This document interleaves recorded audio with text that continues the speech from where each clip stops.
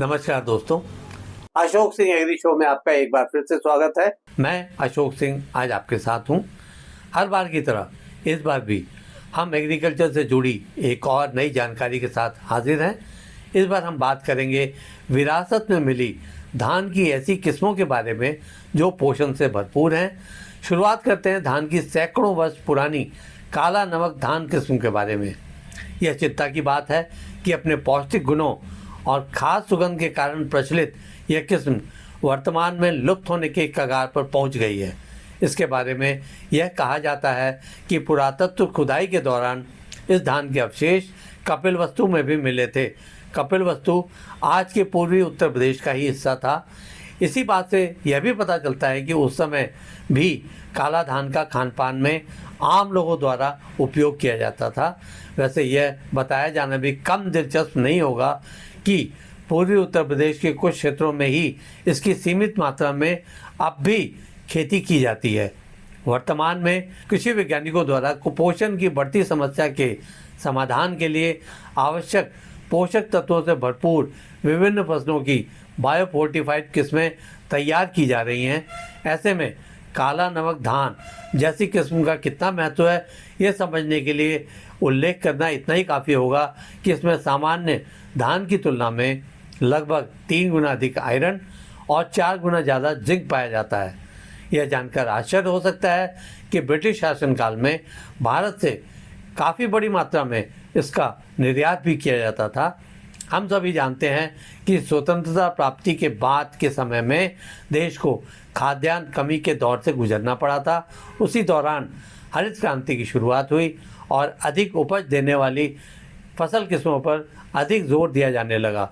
जहां 1940 के दशक में काला धान की लगभग 50,000 हेक्टेयर क्षेत्रफल में खेती की जाती थी, वहीं 1990 में घटकर यह क्षेत्रफल मात्र 2,000 हेक्टेयर पर सिमट गया। यह जानना दिलचस्प होगा कि 1970 तक देश में धान की 1 लाख से अधिक किस्में मौजूद थीं, जो आज घटकर बहुत ही कम हो चुकी हैं। हरित क्रांति में ऐसी फसलों को बढ़ावा दिया गया जो ज़्यादा पैदावार देने में सक्षम थी और उनके पोषक मान पर ज़्यादा ध्यान नहीं दिया गया। इसका नतीजा यह हुआ कि कम उत्पादक लेकिन पोषण से भरपूर किस्मों का किसान भी त्याग करते चले गए। इनमें से अधिकांश किस्में तो अब विलुप्त ही हो चुकी हैं।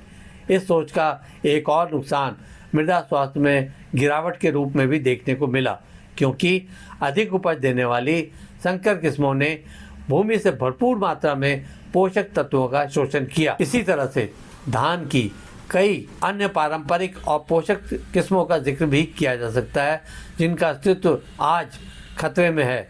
उदाहरण के लिए झारखंड और छत्तीसगढ़ की भामा, दनिगोरा, करहनी, कलमदानी, रामदी, मुरु, हिंदमौरी, पुनेगौरा किस्में, तमिलनाडु की रेड कबूनी, केवारा, सांबा, मपिलाई, कुरुविकार, पुंगार और केरल की राईमट्टास, कट्टम, मोडॉन, केराली, रक्त असहल्ली, भद्र इत्यादि किस्म का उल्लेख किया जा सकता है। कहने की ज़रूरत नहीं कि ये सभी रंगीन चावल की किस्में पोषक तत्वों से बेहद समृद्ध हैं। केरल की एक किस्म निजवारा को तो आयुर्वेद में भी इसके औषधीय गुणों के कारण काफ़ी महत्व दिया गया है। यह हैरत करने वाली बात है कि तमाम पोषक तत्वों से भरपूर विरासत में मिली इन किस्मों को भूलकर हम प्रयोगशालाओं में पोषण समृद्ध नई किस्में तैयार करने पर ज़्यादा जोर दे रहे हैं। समय आ गया है कि किसान भाई ऐसी लुप्त हो रही किस्मों की खेती कर न सिर्फ इस विरासत को संजोने का काम करें, बल्कि बाजार में बेचकर भरपूर लाभ भी कमाएं।